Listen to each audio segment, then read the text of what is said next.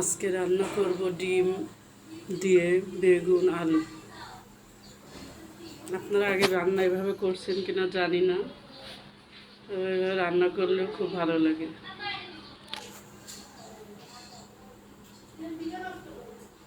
ডিম আগে ভেজে নিচ্ছি, এখন বেগুনগুলো হালকা করে ভেজে নেব। বেগুনগুলো হালকা করে ভেজে নিচ্ছি।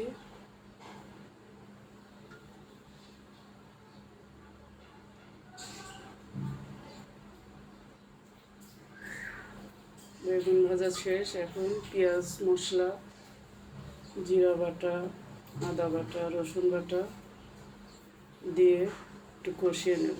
এগুলো যদি আগে একটু কষিয়ে নেওয়া যায় তাহলে এগুলোর একটা গন্ধ আছে, গন্ধটা থাকে না। তারপরে হলুদ মরিচ লবণ দিয়ে কষিয়ে নেব।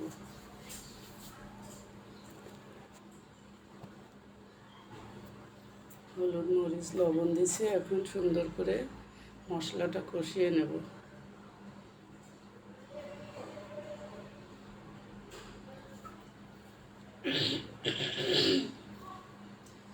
মশলা আমার কষানো হচ্ছে, এখন আলুগুলো দিয়ে দিচ্ছি। আলুগুলো মশলার সঙ্গে সুন্দর করে কষিয়ে নেব। আলুগুলো কষানো হচ্ছে। আসুন আমরা ছোট ইউজাররা নিজেদের মধ্যে ভালো বন্ডিং গড়ে তুলি। বড় ইউজাররা আমাদের কখনোই সাপোর্ট করবে না, তাই আমরা ছোটরা মিলে ছোটদের সাপোর্ট করি।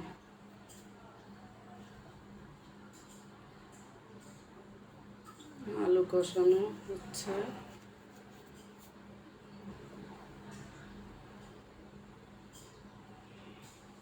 এখন এর ভিতরে দিয়ে দেবো বেগুন আর ডিম আগে থেকে ভেজে রেখেছিলাম, এগুলো দিয়ে সুন্দর করে কষিয়ে নেব।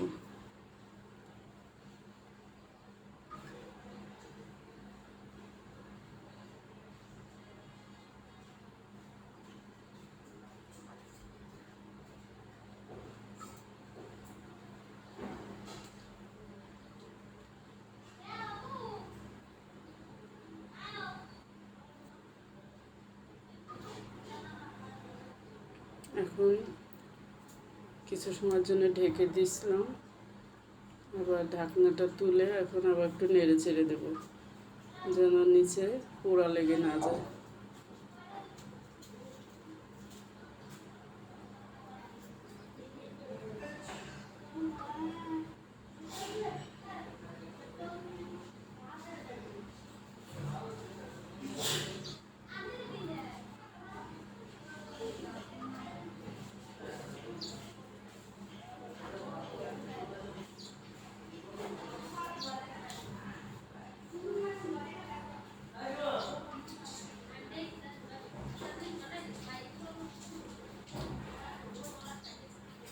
রান্না প্রায় শেষের দিকে,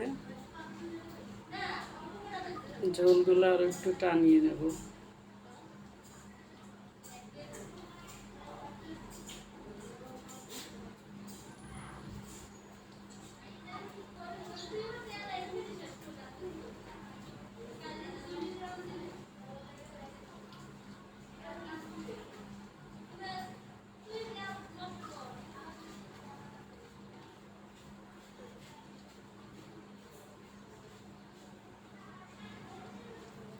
রান্না প্রায় শেষ, এখন পাত্রে নামিয়ে নিলাম।